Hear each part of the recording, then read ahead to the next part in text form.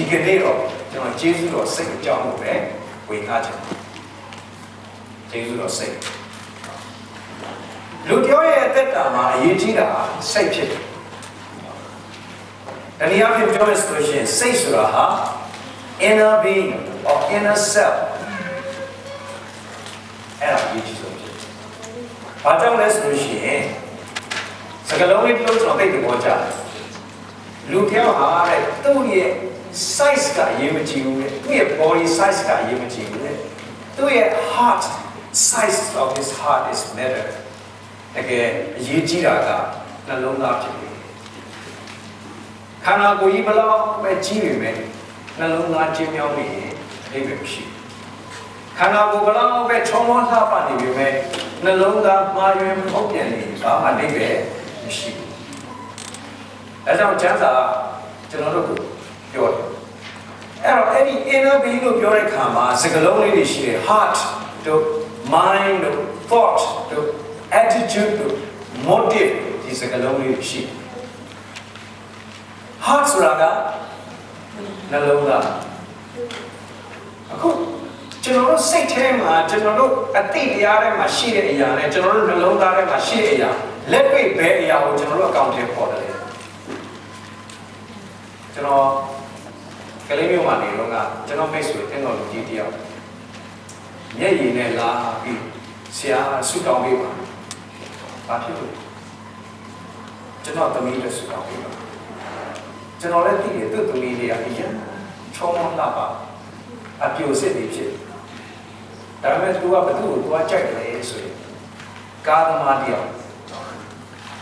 RDC truck ကိုင်းပြီးမောင်းတဲ့ကားသမားတယောက်ကိုသွားကြိုက်အဲ့ဒီကားသမားကရုပ်လည်းဆိုးတယ်အကျင့်စာရိတ္တလည်းလုံးဝမကောင်းဘူးမကောင်းသောမျိုးကြီးနဲ့လည်းကာသမားတဘာဝပျော်ပါးနေတတ်တဲ့သူဖြစ်ဆိုတော့အဲ့ဒီကလေးမဒီတယောက်ကိုသွားကြိုက်သူတို့ဆန်းတော့ပဲနော်အချစ်ဆိုတာပါလဲဆိုတာရုပ်ရှင်တွေမှာမေးနေတယ်နော်အဲ့ဒီလိုသူ့စိတ်ထဲမှာခံစားပြီးတော့မိဘတွေရောဆွေမျိုးတွေရောပန်းဝင်းတွေရောသူ့မျိုးဘယ်လိုပဲဖြောင်းပြအမျိုးမျိုးပြောတဲ့ခါ तू ကဟုတ်တယ်ငါမှားပါပြီလို့နောက်လာရတဲ့ပုံလေးတော့ပေါက်တယ်ဒါပေမဲ့နောက်ဆုံးအဖြေရပဲကိုထွက်သွားလဲဆိုရင်အဲ့ဒီကောင်မလေးကအဲ့ဒီယောက်ျားနောက်ကိုကောက်ပေါက်လိုက်သွားခိုးရလိုက်ပြေးသွားဆိုတော့ကျွန်တော်ဘာကောက်ချက်ချလိုက်လဲဆိုလူဟာအသိတရားထဲမှာဘလောက်ပဲပါလေရှိတကယ်လောက်တဲ့ခါကျဘာလုပ်သွားလဲနှလုံးသားထဲမှာရှိတဲ့ဟာလုပ်သွားတယ်ဟုတ်ပြီmind ဆိုတာကြတော့အသိတရားပြီးတော့ thought ဆိုတာကြတော့အကြံစီအတွေးခုလာမယ်နော်ကျွန်တော်ရဲ့တက်တာကျေးဇူးတော်နဲ့ပြည့်ဝတဲ့နှလုံးသားကျေးဇူးနဲ့ဆိုင်တဲ့အကြောင်းအရာတွေကိုအများကြီးသိတဲ့သူဒီကျေးဇူးတော်နဲ့ဆိုင်တဲ့အရာတွေကိုအများကြီးကြံစီစဉ်းစားပြီးတွေးတောတဲ့သူ attitude ကတော့သဘောထားဖြစ်သဘောထားလူပြောရဲ့ကျွန်တော်တို့ပြောကြတယ် attitude မမှန်ဘူး attitude မကောင်းဘူးလောက်တာတော့ကောင်းပါတယ် attitude မမှန်ဘူးဆိုတဲ့စကားကိုကျွန်တော်တို့သုံးကြတယ်နော်ဆိုတော့ဗမာပြည်မှာတော့အင်္ဂလိပ်စကားလုံးနဲ့ဗမာစကားလုံးကိုတွဲပြီးသုံးရတာအရန်ကိုရတာရှိတဲ့ပုံဖြစ်တယ်အဲဒါကြောင့်မလို့ကျွန်တော်တို့ဘာစကားတို့ blouse 80တို့ကိုခဏတို့ကျွန်တော်တို့ပြောကြတယ်အဲထုံးလေး၎င်းပဲအခုဒီမှာသဘောထားဖြစ်တယ်နော်ပြီးတော့ motive ဆိုတာကကြတော့အတွင်းလေးကနှိုးဆော်မှုကျွန်တော်တို့ကိုတစ်ခုခုလုပ်ဖို့စကားတစ်ခုခုပြောချလိုက်ဖို့တဏှာကိုတွားဖို့တစ်ခုခုလုပ်ဖို့အထဲကနေနှိုးဆော်တဲ့အရာတစ်ခုရှိတယ်အဲ့ဒါ motive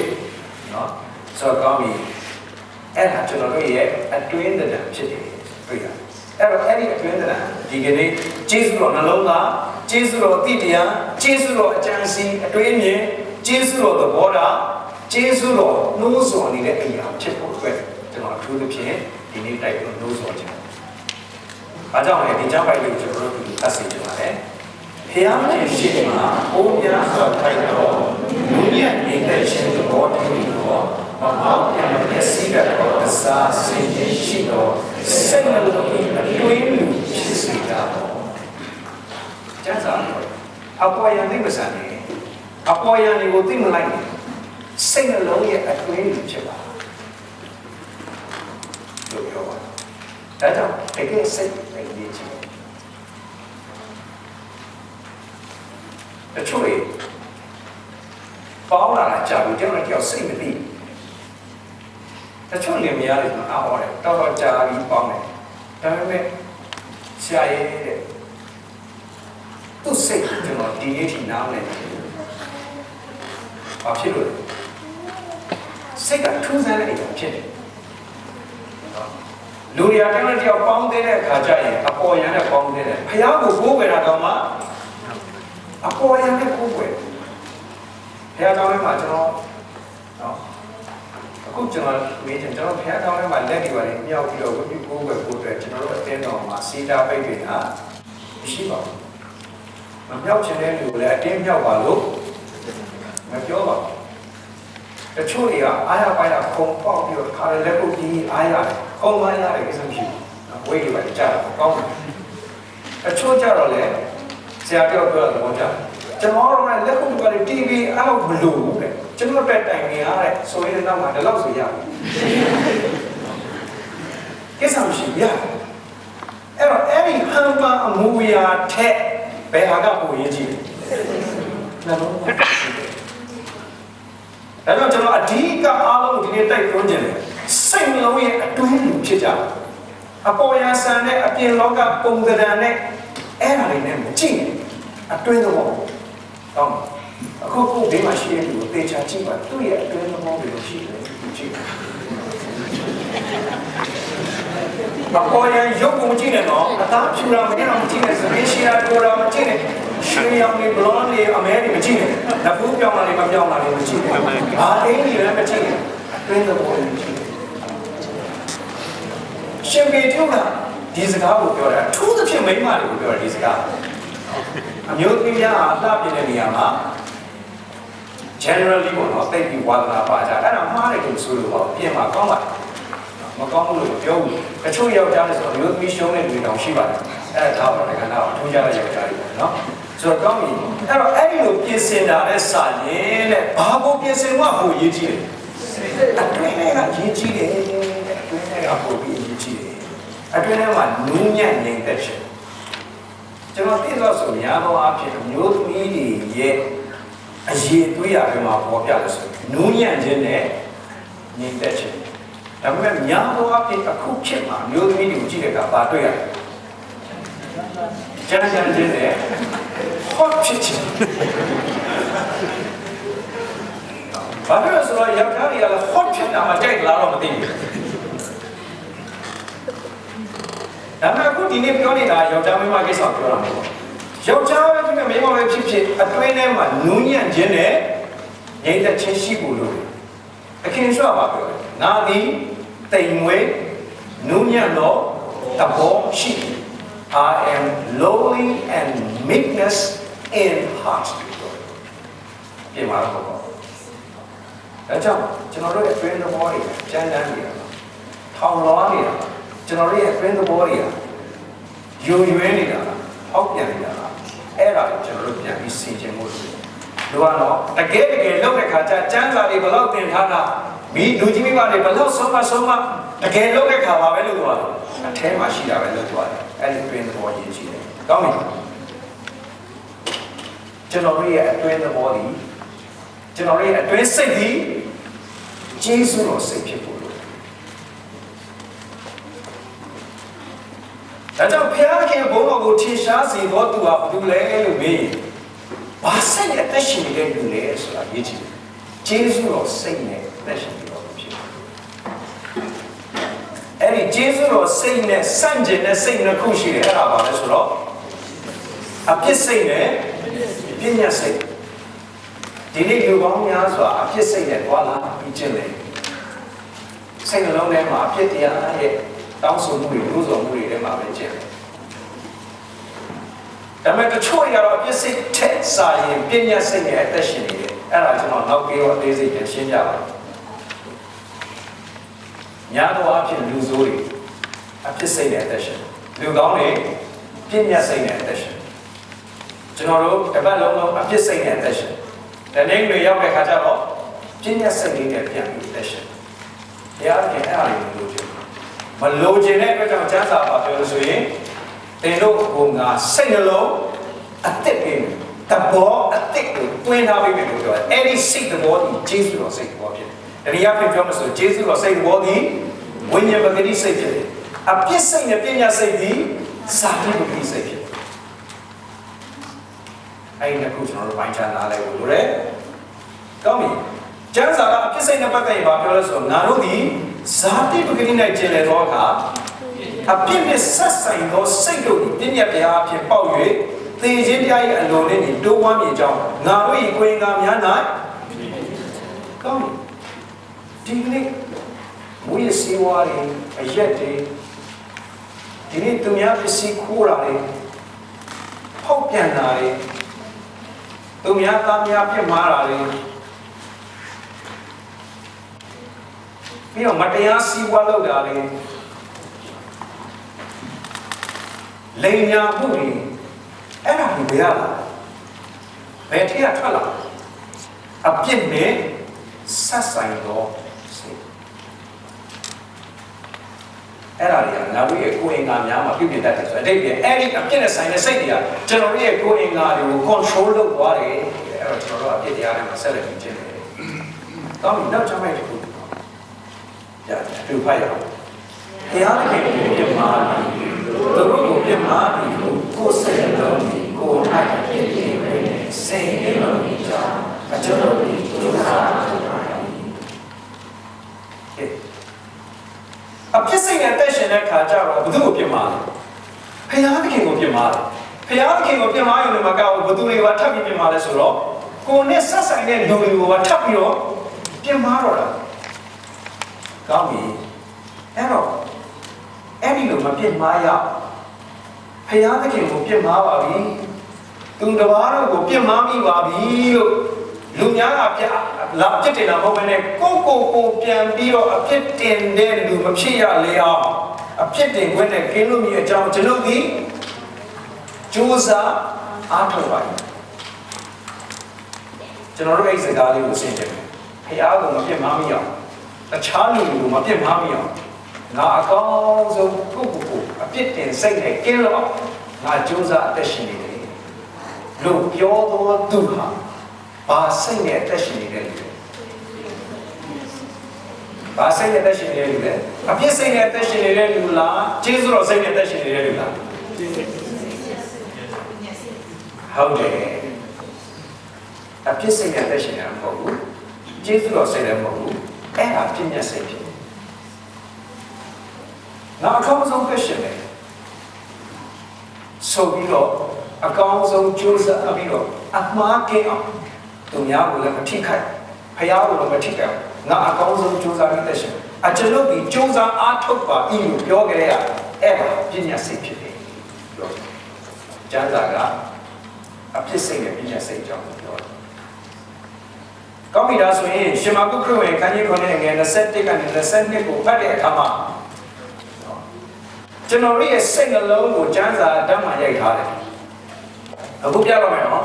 ဒါဒီမှာရှိတဲ့တယောက်ချင်းရဲ့စိတ်နှလုံးအဲ့ဒီစိတ်နှလုံးထဲမှာဘာတွေရှိတယ်လဲလို့ကျမ်းစာရဲ့ပေါ်ပြချက်ကိုကြည့်မယ်ကျွန်တော်စိတ်နှလုံးထဲမှာဘာတွေရှိတယ်မကောင်းတဲ့စိတ်တွေရှိတယ်ဟုတ်ကလားစမ်းရှိပါဦးရတို့ပဲပြောပါဘာတွေရှိလဲသူများကိုပြမားခြင်းတွေရှိတယ်မျိုးသမီးဆိုရင်တော့ဟုတ်ပြီနောက်ပြီးတော့ဘာရှိတယ်မိန်းမလုံးနဲ့မာရခြင်းရှိတယ်အဲ့ဒီကနေadultery နဲ့ fornication ကို adultery ကတော့သူများမရတော့ဖြစ်မှာ fornication ကတော့လွတ်တဲ့လူချင်းချင်း living together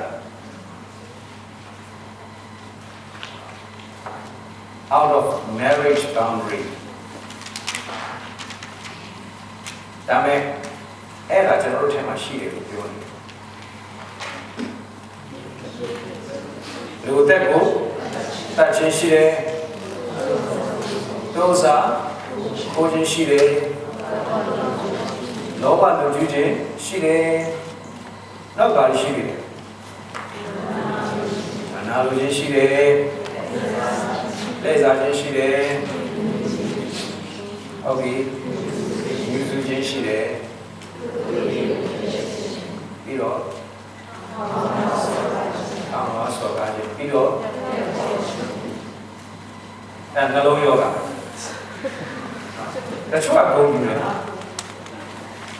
ဆရာကျွန်မ heart ရှိနေတော့အိဗေကနှလုံးယောဂရှိတယ်ကျွန်တော်အစာရင်ရှိတယ်အစာရင်နှလုံးယောဂလူတိုင်းရှိပါတယ်ရှိတယ်ကောင်းပြီအခုကျွန်တော်တို့ရဲ့နှလုံးသားထဲမှာဘာလဲရှိတယ်လို့ကျမ်းစာပြောတယ်ဆိုအဲ့ဒီချက်ရှိအဲ့ဒါရှိအဲ့ဒါတွေထဲမှာကျွန်တော်ပြောချင်တယ်အကုန်လုံးကတော့အဖြစ်စိတ်ကိုပေါ်ပြအဝါရောင်လေးတွေနဲ့ကျွန်တော်နည်းနည်းခွဲပြီးပြောထားတဲ့အခါကျတော့မနာလိုခြင်းတွေလှည့်စားခြင်းတွေညှူဆူခြင်းတွေသူ့အပြေကိုဖြတ်ခြင်းတွေတောင်းမဆော်ထားခြင်းတွေကပညာစိတ်ပဲကိုနည်းနည်းညှို့တယ်ပညာစိတ်ကလေ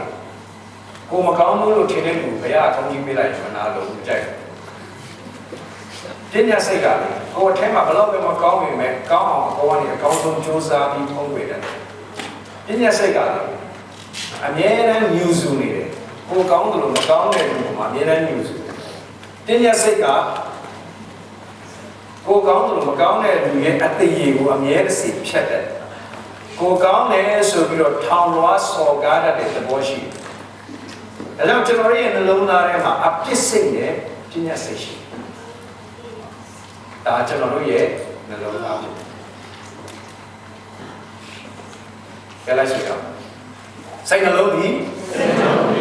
ခပ်သိမ်းသောအရာထက်ဆင်းရဲသည်ဘာလဲဆင်းရဲဆိုတာဆင်းရဲတယ်ဆိုတာဆင်းရဲကြီးလဲရတာမဟုတ်ဘူးကောက်ချစ်ဆင်းရဲတာကောက်ချစ်ဆင်းရဲတယ်ပြီးတော့လက်ဆိုပါအလွန်ယိုယွင်းသောသဘောရှိသည်ကျွန်တော်ရဲ့စိတ်နှလုံးမှာလုံးဝသုံးစားလို့ရတဲ့အောင်ဟုတ်ဒါကြောင့်တကယ်လို့ကွန်ပျူတာမှာဆိုလို့ရှိရင်ဒီလိုမျိုး box တွေကြာလာတယ်ဗါလဲ Your heart is not formatted. Your heart is corrupted. Do you want to format it now? Okay,ကျွန်တော်တို့ဘယ်ပုံမှာ click လုပ် Yes or no? Yes. Format. ကျွန်တော်တနည်းအားသင်တန်းပေးတယ်လူဟောင်းတဲ့လူသစ်အကြောင်းကိုပြောတယ်နှလုံးသားဟောင်းတဲ့နှလုံးသားအသစ်အကြောင်းကိုပြောတယ်ညကြတော့တည်င်းဆောင်ပါလာတယ်ကိုကိုဖုံးဆိုတဲ့လူပြောတယ်ဒီကကိုဖုံးတော့မဟုတ်ကိုဖုံးမှာဆရာဇော်ဝင်းတို့တောင်းဆိုလိုက်တော့အချင်းလေးမှာအသစ်တွေဘလောက်ကောင်းကောင်းအဟောင်းကိုပဲတလဲနေနှလုံးသားဟောင်းလေးနဲ့ပဲဆက်လက်အသက်ရှင်ပြရစီတော်ရည်အသက်တာထဲမှာတော့ကျွန်တော်ရဲ့ဖောက်ပြန်နေတဲ့နှလုံးသားကိုကိုတက်နိုင်တော့ဖောက်ပြန်တဲ့နှလုံးသားအတိုင်းဒီတိုင်းနေတာကအပြစ်စိတ်အဲ့ဒါကိုအကောင်းဆုံးကိုယ့်ကိုစူးစမ်းပြီးပြုပြင်နေတာကပညာစိတ်ဘယ်လိုပြင်လို့ကိုမရဘူး reformat လုပ်ရ format လုပ်ပြရအဲကြောင့်ကျွန်တော်တို့ရဲ့အသက်တာထဲမှာငါနှလုံးသားငါပြင်လို့မရဘူးငါအတွေးခေါ်ငါပြင်လို့မရဘူးငါအသိတရားငါပြင်လို့မရဘူးငါစိတ်ထားတွေကိုငါပြင်လို့မရဘူးအဲ့တော့သဘောပေါက်လာပြီးတော့ဘုရားသခင်ကသာလေငါ့ကိုပြင်ပေးနိုင်တယ်ဆိုတဲ့ဘုရားသခင်လုပ်ရက်ကိုနားလည်လာရင်အဲ့ဒီလူကယေရှုတော်ဘက်ကိုရောက်လာပြီ Yes နေလိုက် format လုပ်ဘာနဲ့ format လုပ်ဘုရားပြောနေတယ် I die for you. Why? ဒါလောက်ဖောက်ပြန်ပြီးညဉ့်ညမ်းနေတဲ့နှလုံးသားပိုင်ရှင်ဒါလောက်လှည့်စားတဲ့နှလုံးသားပိုင်ရှင်ဒါလောက်တောင်မှယိုယွင်းနေတဲ့နှလုံးသားပိုင်ရှင်ကိုအပြစ်စီဖြစ်ဖို့ပဲရှိတယ်အဲ့ဒီအတွက်ကိုရောကဒီမှတ်ထားပါကိုရောတေခန္ဓာကိုစဉ်းစားတိုင်းမှာငါတည်ယိုယွင်းပါလားငါတည်ဖောက်ပြန်ပါဆိုတော့ဘောပေါက်မှုရှိတယ်အဲ့ဒီသဘောပေါက်နားလေသွားတယ်ကတကယ်နှလုံးသားပြောင်းတယ်ဒီနေ့ညဘဝဖြစ်လက်ဝါးကားတိုင်းတရားဟာကိုယ်နဲ့မဆိုင်သေးတဲ့ရွေးနှလုံးသားမပြောင်းဘူးနှလုံးသားမပြောင်းနှစ်တစ်ကုန်းမှာညဘဝဖြစ်ကျွန်တော်တစ်ခေါက်မှတ်မိတယ်လူငယ်ဘဝမှာ Justin Church မှာသွားပြီးတစ်တစ်ကုန်းသွားဆွတောင်းကြတဲ့ရတာရှိတယ် ဆက်နနာကြီးထိုးကနေကြမီးတွေကုန်ပိတ်လိုက်မီးတွေကုန်ပိတ်လိုက်ပြီးတော့မှပြောင်းနိုင်လေးတွေပြောင်းနိုင်လေးတွေလည်းထုံးပြီးတော့စက္ကန့်ကြာရောက်စုတော့နောက်တော့ပြင်စဉ်းစားကြည့်တော့တကယ်စက္ကန့်သွားတာလူကိုပြောင်းနိုင်တယ်ဖြစ်တယ်နော်အဲ့ဒီပြောင်းနိုင်တဲ့ပုံသားလို့ရှိဒီပြောင်းနိုင်လေးကိုလေးမှစီပြောင်းခြင်းကိုခုအစားပြီးတော့နေဟောင်းမှာအဖြစ်ဟောင်းကြီးအားလုံးကိုကျွန်တော်ဆုံးပြလိုက်ပါပြီပြီးနောက်ပြီးမိုးလင်းတဲ့ချင်းစားပြီးတစ်မှာအဖြစ်တစ်တွေကိုပဲဆက်လက်ကျူးလို့ပါတော့မယ်ဆိုရဲကိုကြောက်တော့နှလုံးသားမပြောင်းဘူးဒီနေ့နှလုံးသားပြောင်းဖို့ကျမ်းစာကကျွန်တော်တို့ပြောရတယ်။ဖတ်ရအောင်ဂလာတိ54မှာခရစ်တော်နှင့်ဆက်ဆိုင်သောသူတို့သည်ဇာတိပဂတိကို၎င်းဇာတိပဂတိစိတ်များနှင့်အလိုဆန္ဒများကို၎င်းလက်ဝါးကတိုင်မှာရိုက်ထားကြပြီးခရစ်တော်နဲ့ဆိုင်တဲ့လူတွေကဇာတိပဂတိစိတ်ကြီးလက်ဝါးကတိုင်မှာရိုက်ထားပြီးမဆိုင်ရင်တော့မရိုက်ဘူးဆိုင်ရင်တော့ရိုက်ထားပြီးပြောပါတယ်ကျွန်တော်တို့နှလုံးသားကိုပြောင်းလဲစေတော့တရားတွေလက်ဝါးကတိုင်တရားဖြစ်တယ်ကျေးဇူးတော်တရားဖြစ်တယ်ဟုတ်ပြီဒါကြောင့်ကျေးဇူးတော်စိတ်ကဘာလဲနော်အဖြစ်စိတ်ကြမ်းပိုက်သွားခဲ့ပြီးပညာစိတ်သွားခဲ့ပြီးကျေးဇူးတော်စိတ်ရဲ့ကြမ်းပိုက်ကိုကျွန်တော်တို့အားလုံးမြင်ကြပါအာမင်ခရစ်တော်ရဲ့လက်ဝါးကတိုင်သိတာသို့တော်လည်းလက်ရှိနေထိုလို့ဆိုတော့နာဒီကိုယ်ရမရှိခရစ်တော်ဒီနာ၌ရှင်တော်ယခုဘုရား၌ငါရှင်တော်တက်ပြီးဘုရားခင်သားတော်ကိုကြည်ခြင်းအဖြစ်ဒီသားတော်ဒီနောက်ကိုချစ်ပြီးနာကိုဆွတော်ဘုရားခင်ယေရှုတော်ကိုအားတယ်အဲ့ဒါလူပေါင်းများစွာပဲဒါအကျမ်းပိုက်ပဲဖြစ်နေတယ်တကယ်အဲ့ဒီသုံးဘတ်ကိုရသွားတဲ့လူရဲ့စိတ်အဲ့ဒီစိတ်ဖြစ်သွားယေရှုတော်စိတ်ဆိုတာငါဟာခရစ်တော်နဲ့ဒီလောကတိုင်းမှာသိခံသွားတယ်ငါအသက်ရှင်နေတာဟာငါမဟုတ်ဘူးခရစ်တော်ဖြစ်တယ်ငါအခုအသက်ရှင်သွားလာနေတဲ့အရာဟာသခင်ယေရှုကိုယုံကြည်ခြင်းအားဖြင့်သက်ရှင်နေခြင်းဖြစ်တယ်ဟုတ်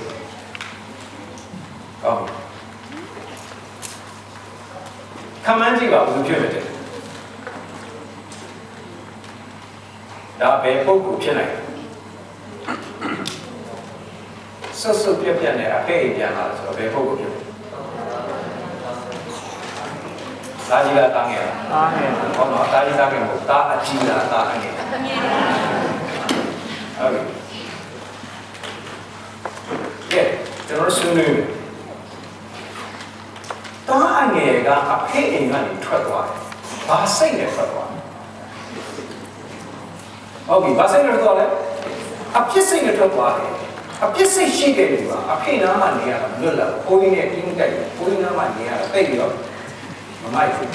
ကဲကျန်တိုင်းကဲလို့မရရွယ်ကျန်တိုင်းရွယ်လို့လည်းမရဝဲကျန်တိုင်းဝဲလို့လည်းမရအဲ့တော့ရွယ်မယ်ပလဲမယ်ဝဲမယ်ကဲမယ်ဆိုပြီးသူကထွက်သွားတယ်အဲ့တော့သူ့နှလုံးသားထဲမှာရှိနေတာအဖြစ်တရားသူ့သဘောထားအဖြစ်သဘောသူ့အတွင်းထဲကနှိုးဆော်နေတာကအဖြစ်လို့ပို့ပဲနော်ဒီနေ့လူငယ်များစွာလဲစဉ်းစားပါငယ်ရွယ်သောအသက်တာနော်ငယ်ရွယ်သောအသက်တာတစ်ခါပဲရမယ်ပြန်မရဘူးကြီးလာပြီးမှပြန်ငယ်အောင်လုပ်ရင်အရန်ရုပ်ဆိုးတယ်ငယ်ရွယ်တဲ့အသက်တာတစ်ခါပဲရတယ်အဲ့ဒီရတဲ့တစ်ခါတည်းကအဖြစ်တရားနဲ့ပြီးသွားရင်ဝမ်းနည်းစရာကောင်းနော်အဖြစ်တရားကဖခင်နာမှာမနေခြင်းကိုယ့်ကိုယ်တော့တဲ့ဆုံးမပေးမဲ့လူနာမှာမနေခြင်းဘဝအတွေ့အကြုံတွေနဲ့လာပြီးမှပြန်တုံသင်ပေးမဲ့လူမနေခြင်းဘူးနော်ဟောလူငယ်တယောက်ကျမ်းစာဖတ်ပြီးပြောလဲဆိုရှောလမုန်မင်းကြီးကခတ်သိမ်းသောရာဟာအနတ္တဖြစ်တယ်ခတ်သိမ်းသောရာဟာအနတ္တဖြစ်တယ်ခတ်သိမ်းသောရာအနတ္တဖြစ်တယ်ဆိုတော့ရှောလမုန်ကဘာနားလဲသွားလဲဆိုရင်သူကလေလောကပျော်ရွှင်မှုတွေအကုန်လုံးကိုသူလုပ်ပြီးခံစားပြီးဒါပေမဲ့သူဘာကောက်ချက်ချဒါတွေအားလုံးအနတ္တပဲဆိုတော့ဒီကလူငယ်တို့ကြီးမင်းတို့လှုပ်ချင်တာလှုပ်ကြတော့မင်းတို့ကဲကြတယ်လို့ပဲဒါပေမဲ့အချိန်တိုင်းတော့ဘုရားသခင်ကမင်းကိုပြန်ပြီးတရားစီရင်ဒါလေးတော့တတိထားလို့ပြောပြီးတော့သူကအားလုံးဟာအနတ္တပဲလို့သူကပြောတယ်အဲ့လိုပြောတဲ့အချိန်ကျအဲ့ဒီလူငယ်ကအဲ့ကျမ်းစာဖတ်ပြီးအောင်မယ်သူကတော့ဝါအောင်ကဲပြီးမှခုမှအနတ္တတွေလာလို့ငါတို့လည်းကဲပြီးတော့လုပ်မှာပေါ့အဲ့ဒီလိုမဟုတ်ဘူးဆိုတော့အဖြစ်တရားကသူ့ကိုဖေးအိမ်ကနေထွက်သွားစီဒါပေမဲ့ အဖေအိမ်ကနေမထွက်ဘဲနေခဲ့တဲ့တယောက်ရှိတယ်အဲ့ဒါကတာအကြီးကဘာစိတ်နဲ့နေလဲအိမ်ဟာပညာစိတ်နဲ့နေတယ်သူကအပြစ်စိတ်ကိုချိုးနေသူသားကြီးသူသားသူညီလေးကဲလို့မကဲဘူးသူညီလေးလွဲလို့မလွဲဘူးသူညီလေးတော့လို့မလုပ်သူကမှန်နေတာအဲ့တော့သူ့ကိုသူလည်းပါလဲထင်ဆိုအရင်မှန်နေလို့ပဲထင်ဒါကြောင့်သူညီပြန်လာတဲ့ကသူလက်မခံနိုင်ဒါမျိုးကိုလက်မခံသူလူချင်တာသူညီပြန်လာရင်သူ့ဖေကဘာလုပ်အောင်အလိုချင်ဆုံးကဟဲ့ကမင်းကိစ္စပြီးမင်းစင်းတွေအားလုံးထုတ်သွားပြီမင်းဒိုးတော့မလာနဲ့အဲ့ဒါမှမဟုတ်ရင်လည်းနေရင်ဘယ်ပြန်ညာပြန်အုပ်ပြီးမှသမင်း3ရက်လောက်ထပ်ငတ်ထားပြီးမှသူ့ကိုဆက်ပြီးတော့အပြစ်ဒဏ်ပေးအဲ့ဒါလို့အဲ့ဒါမဟုတ်ဘာမှအပြစ်ဒဏ်မပေးရင်တော့ဟိုတော့အစီကံတိုင်းမှာပဲသွားနေအိမ်ပေါ်တော့ပြန်လာမတက်နဲ့တော့အဲ့ဒီလိုကိုသူ့စိတ်ထဲမှာလိုချင်တယ်အဲ့ဒါပညာစိတ်ပညာစိတ်ကအပြစ်လွတ်တာတွေခွင့်လွတ်တာတွေနားလေတာတွေဘယ်လိုမှမခံနိုင်ဘူး။ထားပါအဲ့ဒါသားကြီးကြောင့်ဆိုတော့အခုကျွန်တော်မေးချင်တယ်မေးဖို့ကတားအငယ်ကောင်မှာသူ့ဖေစီယာထွက်သွားတော့ဘာစိတ်နဲ့ထွက်သွားလဲအပြစ်စိတ်နဲ့ထွက်သွားတယ်ပြန်လာတဲ့အခါဒီမှာကြည့်အခုပြန်လာတဲ့အခါသူဘာစိတ်နဲ့ပြန်လာဘာစိတ်နဲ့ပြန်လာလဲဘာစိတ်နဲ့ပြန်လာလဲအဖိုးတွေပါလာတယ်။ဒါက3ခုရဲ့ကျေးဇူးတော်ရဲ့အပြည့်ရဲ့ပြည့်ရဲ့3ခုပြောရတာ။နောက်တော့ဘယ်ခါလိုက်တခြားအဆွဲမထက်နဲ့အဲ့ဒီ3ခုထဲမှာသူဘာစိတ်နဲ့ထွက်သွားလဲ။ဒီစိတ်နဲ့ထွက်သွားသူဘာစိတ်နဲ့ပြန်လာ။ဘာစိတ်နဲ့ပြန်လာလဲ။ဟုတ်ပြီ။နားထောင်ကြည့်။ငါမှားတယ်။ငါအဖေအိမ်ကထွက်လာမိတာငါမှားတယ်ငါအဖေအိမ်မှာလေအဖေအလုပ်သမားတွေတော့ကောင်းကောင်းမွန်မွန်စားတော့ပြီးနေငါတို့ဒီမှာဒုက္ခတွေပြည့်ရောက်နေပြီလေအဲ့တော့ငါတော့ဘာဖြစ်လဲငါအဖေအိမ်မဲငါပြန်တော့မယ်ပြီးရင်ငါအဖေကိုငါပြောမယ်အဖေရဲ့ကျွန်တော်ကိုတားဖြစ်နေလက်မခံပါနဲ့ကျွန်တော်ဖြစ်နေမယ်လက်ခံပါလို့အဖေကိုပြောမယ်ဆိုပြီးသူစိတ်ကုန်းနဲ့ထွက်လာဘာစိတ်လဲဘာစိတ်နဲ့ပြန်လာအေးဟုတ်တယ်ပညာစိတ်နဲ့အဲ့ဒါကျေးဇူးတော်ဒါပေမဲ့ကျေးဇူးတော်စိတ်သူရသွားတယ်ဘယ်ချိန်မှရလဲဖိတ်ရောက်တဲ့ချိန်ကျိုးစုံနေတဲ့အဖေနဲ့တွေ့ပြီးမှအဖေကသူ့ကိုဖက်နှမ်းပြီးတဲ့အချိန်မှာအဖေကသူ့ကိုပစ္စည်းတွေပေးလိုက်တယ်ဝေယုံပေးတယ်ဖဏပေးတယ်လက်စွပ်ပေးတယ်ဝဲပြန်ခံပေးတယ်အဲ့ဒါကိုစဉ်းစားတဲ့ခါကျတော့မှသူစိတ်လုံးထဲမှာကျေးဇူးတော်စိတ်ဆိုတာအဲ့ဒီဒီနေ့ဒီပေါ်မှာငါတော့လမ်းလွဲပြေပြက်စီးနေငါပေါ့တော့ငါအကောင်းဆုံးပြည်မှာဖြစ်တော့မယ်ဆိုတဲ့လူပါပြစ်စိတ်ကနေဘယ်ကိုရောက်လာပြီပညာစိတ်ကိုရောက်လာပြီအဲ့ဒီပညာစိတ်နဲ့ဘယ်လိုလောက်အဲ့ဒီပညာစိတ်ကကျွန်တော်တို့ကိုအမှန်တကယ်ပြောင်းလဲမှုကိုမဖြစ်စေနိုင်ဘူးဒီနေ့ကျွန်တော်တို့တယောက်စီတက်တာအတွက်လိုအပ်နေတာကျေးဇူးတော်စိတ်ဖြစ်တယ်ငယ်ချင်းမိတ်ဆွေတွေကြားမှာကျေးဇူးတော်စိတ်ရှိတယ်စနီးမောင်နှံတွေကြားမှာကျေးဇူးတော်စိတ်ရှိဖို့ဖြစ်တယ်။အတင်းတော်မှာရှိတဲ့ဒီကောင်မောင်ကတယောက်စီရဲ့ကြားထဲမှာကျေးဇူးတော်စိတ်ရှိဖို့ဖြစ်တယ်။အပြင်လောကကြီးထဲမှာကျေးဇူးတော်စိတ်ရှိ။အဲ့ဒါကျောင်းရဘုရားသည်စုံလင်သောစေတနာစိတ်ရှိသောသူတို့ဘက်၌ခိုင်ခံ့စွာနေခြင်းကမြေကြီးတဲ့တော်ကိုအနာရရှိစေရှိတော်မူ၏။ဘုရားကလည်းကောင်းငင်ကနေပြီးရှောက်ကြည့်နေတဲ့မြေကြီးတစ်ပြင်ဘာကိုကြည့်နေလဲသူရှာနေရတယ်သူရှိရဲ့အဲ့ဒီရှာနေရဘသူနားမှာကွမ်းနေပြီးတော့ခိုင်ကန့်စွာရက်တည်ပေးရမယ်လို့သူရှာနေတယ်အဲ့ဒါဘူးလေစုံလင်သောစေတနာစိတ်ရှိဘယ်တော့ဆိုမှထားပါအပြစ်တရားထဲမှာအပြစ်စိတ်နဲ့အသက်ရှင်နေတဲ့လူတွေမှာစေတနာမရှိဘူးအတ္တပဲရှိပြဉ္ညာနဲ့အသက်ရှင်နေတဲ့လူတွေမှာစေတနာဆိုတာအဲ့ဒီပြဉ္ညာနဲ့ဆိုင်တဲ့စေတနာပဲရှိတယ်တကယ်စုံနေတဲ့စေတနာမရှိဘူးတကယ်စုံနေတဲ့စေတနာကပြောပြတယ်တကယ်စုံနေတဲ့စေတနာကသားကြီးစီမှာရှိတာလားသားငယ်စီမှာရှိတာလားဟုတ်တယ်သားကြီးစီမှာလည်းမရှိဘူးသားငယ်စီမှာလည်းမရှိဘူးသူစီမှာပဲရှိတယ်အဖေစီမှာပဲရှိတယ် ဒါမဲ့ one year ဆရာကောင်းတာကအဖေစီကစိတ်နှလုံးကိုအနာမှာအချိန်လုံးနေတဲ့သားကြီးကမရတော့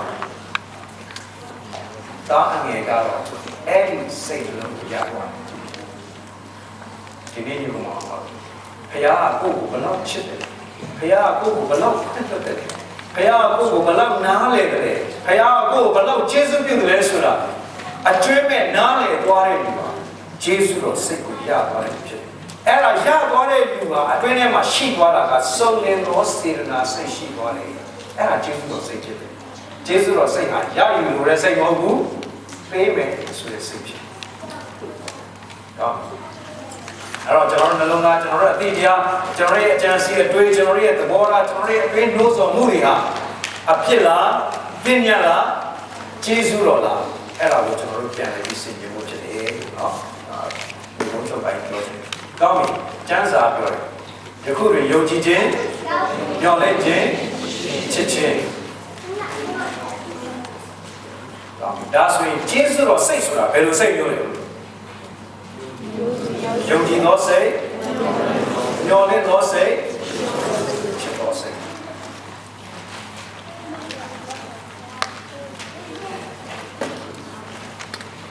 မဆိုကြပါဘူးကိုဆိုင်မကိုကျွန်တော်ကကြည့်တဲ့အခါကျွန်တော်အဖြစ်စိတ်နဲ့သူ့ကိုကြည့်နေဆိုရင်ဘာတွေ့လဲဆိုင်မရဲ့အားနည်းချက်တွေကိုငါအသုံးချပြီးတော့သူ့ကိုနော်သူ့စီမှာရှိတဲ့ຢာကိုငါဘယ်လိုရောက်အောင်ဒီလောက်တော့ဒါမှမဟုတ်သူနဲ့ပေါင်းပြီးတော့ငါဘယ်လိုလုပ်အောင်လဲသူ့ကိုငါဘယ်လိုဖြစ်စီရအဲ့ဒါဖြစ်စေကျင့်ရစိတ်ကကြတော့ဟာဆိုင်မရဲ့ဆိုလို့ဆိုဒါပေမဲ့ဟိုဟာရှိတဲ့တရားရှိသူ့ကိုကျွန်တော်ကြိုက်တယ်လို့ဝေးပါမယ်ပြောဆိုတယ်ဒီလိုမှမလုပ်တာဘိုလိုမှမလုပ်တာဘိုလိုမှမဖြစ်တာဒါပေမဲ့ကျေးဇူးတော်စိတ်ကအဲ့လိုပေါ့ဘုရားကျွန်တော်ဆွေးနွေးကြည့်ဘုရားကိုဆိုင်မမှာအားနေတဲ့ရှိလားမရှိဘူးလားရဲပြောပါရပါတယ်ရဲပြောကိုဆိုင်မမှာအားနေတဲ့ရှိလားမရှိလားရှိပါတယ်မှန်တယ်အဲ့ဒီအားနေတဲ့တွေအားလုံးကိုဘုရားခင်ကဖြည့်ဆည်းပေးနိုင်တယ်လို့ယုံကြည်ပေးတဲ့စိတ်ဟာပါစိတ်ပြီးတော့ကိုယ်ဆိုင်မှာတနေ့ကျရင်ဘုရားသခင်တကယ်ထိရောက်စွာအသုံးပြုတဲ့လူတစ်ယောက်ဖြစ်လာလိမ့်မယ်ယုံကြည်သလားယုံကြည်တယ်အဲ့လိုယုံကြည်တဲ့အတိုင်းတကယ်ဖြစ်လာမယ်ဆိုတာမဖြစ်ခင်ကတည်းကဘာလို့နေပြီလဲမျော်လင့်နေပြီအဲ့ဒါမျော်လင့်တော့စိတ်အခုမောရှေကိုကြည့်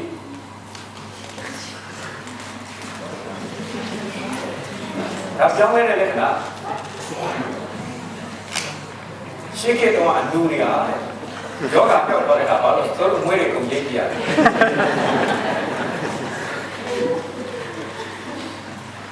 ကျွန်တော်တို့ဘသူ့ကိုပဲကြည့်ကြည့်အပြစ်စိတ်နဲ့ကြည့်အပြစ်တွေပဲပေါက်သွားလာပြင်းတဲ့စိတ်နဲ့ကြည့်ရင်အဲ့ဒီအပြစ်တွေဘယ်လိုဝေဖန်မလဲဘယ်လိုပြစ်တင်ရမလဲဘယ်လိုစီရင်ရမလဲတွေ့တယ်ဒါပေမဲ့ကျေးဇူးတော်စိတ်နဲ့ကြည့်ယုံကြည်ပေးတယ်ဘုရားသခင်ဘာတွေလုပ်ပေးနိုင်လဲမျော်လင့်ပေးတယ်ဘုရားသခင်လုပ်ပေးတဲ့အတိုင်းတနေ့ကျရင်ဖြစ်လာလိမ့်မယ်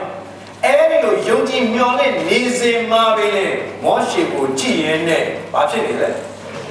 ကိုဆိုင်ကိုကြည့်ရင်လည်းဘာဖြစ်နေလဲမတူဘူးအဲ့ဒါဒီနေ့လောကကြီးမှာဘာသာတရားတွေယုံကြည်ခြင်းမျှော်လင့်ခြင်းချစ်ခြင်းဆိုတာရှိတယ်ဒီကနေ့ကျေးဇူးတော်ကယုံကြည်ခြင်းမျှော်လင့်ခြင်းချစ်ခြင်းနဲ့ဆိုင်ကိုကျွန်တော်ဒေတာကိုဘေးမှာရှိကြည့်အောင်ယုံကြည်တဲ့စိတ်နဲ့ကြည့်အောင်မျှော်လင့်တဲ့စိတ်နဲ့ကြည့်အောင်ချစ်တဲ့စိတ်နဲ့ကြည့်အောင်တော့မင်းအဲ့တော့အခုကျွန်တော်တို့ပြန်လာတဲ့လူတွေကကြည့်လိုက်အပြင်လောကမှာလူတွေကအပြစ်စိတ်နဲ့ပညာစိတ်နဲ့ဆိုရင်ဘာဖြစ်နေလဲဆိုရင်အပြစ်စိတ်နဲ့ဆိုရင်ကြည့်ကြတဲ့ကတခါလေဝါစားတော့မဲ့ပုံနဲ့ကြည့်ဒါနဲ့သူတို့ပြတာတော့အမှန်ပြန်တော့ဘာယောဂလည်းမသိဘူးယောက်ျားကလေးများတော့အဖြစ်မိန်းကလေးတွေကြောင်းစင်းတော့မယ်ဆိုရင်ရ ရင်တော့အားရကအကြောင်းတွေအကြောင်းစင်းတော့မယ်ဆိုရင်ယောက်ျားလေးကလည်းပြောကြတယ်ဘာလို့လဲမျက်စိအစာကျွေးတယ်ဟိုအဝေးကြီးကလေးရတယ်လူအုပ်ထဲမှာကိုကြိုက်တဲ့လူကို focus လုပ်ပြီးအနားရောက်ပြီးဟိုထွက်သွားတဲ့အထိဒါကလေးကြာရင်ခြေတော့ပါသွားတော့လိုက်တော့အဲ့ဒါဘာစိတ်နဲ့ကြည့်နေတာမချစ်တဲ့စိတ်ကကောက်တော့လိုက်ဟုတ်တော့ဒါမဟုတ်ဘူးအကယ်တကယ်လူရဲ့နှလုံးသားထဲမှာရှိတဲ့ love lust L U S T ရပါတယ်နော်အဲ့တော့ကျွန်တော် main လေးဖြေတာကျွန်တော် I love you လို့လာပြောရင်အဓိပ္ပာယ် I lust you ဆိုတဲ့စကောင်းပြီအဲ့ဒီလိုကြည်တာအဖြစ်နဲ့ကြည်ပညာတရားနဲ့ကြည်တာကြတော့ပညာစိတ်နဲ့ကြည်တာကြတော့အထင်သေးခြင်းတွေဝေဖန်ခြင်းတွေစီရင်ခြင်းတွေနဲ့အဲ့တော့လူတွေရတယ်အဖြစ်စိတ်နဲ့အကြည်ခံရတယ်ပညာစိတ်နဲ့အကြည်ခံရတဲ့အခါမှာစိတ်ထဲမှာနာကျင်မှုတွေကြေကွဲမှုတွေဝမ်းနည်းမှုတွေပိန်ငယ်မှုတွေဖြစ်တယ်ဒါပေမဲ့ဒီအတိုင်းဝိုင်းကိုရောက်လာဆိုတော့ဘုရားသိတယ်ကျေးဇူးတော်အတိုင်းဝိုင်းကိုရောက်လာလို့ဆိုရင်လာတဲ့လူဟာဘာကိုခံရမလဲယုံကြည်သောစိတ်နဲ့ကြည်ရှုခြင်းပေါင်းသစ္စာဆန်ခြင်းမျှော်လင့်သောစိတ်နဲ့ကြည်ရှုခြင်းပေါင်းသစ္စာဆန်ခြင်းချစ်သောစိတ်နဲ့ကြည်ရှုခြင်းပေါင်းသစ္စာဆန်ခြင်းကိုခံစားရအောင်အဲ့ဒီကနေမှယုံကြည်သောစိတ်တွေမျှော်လင့်သောစိတ်တွေချစ်သောစိတ်တွေနောက်ထပ်ထွက်လာမယ်ကျေးဇူးတော်စကားတွေနောက်ထပ်ထွက်လာမယ်ကျေးဇူးတော်အကျင့်တွေအဲ့ဒါကိုဆက်လက်ပြီးကျင့်နေသွားလို့ဖြစ်တယ်နော်ဒီနေ့ကြားကျင့်တဲ့ဘဝတော်အဖြစ်အားလုံးကိုဝေငှပါပါတယ်ကျေးဇူးတော်နဲ့ဆက်လက်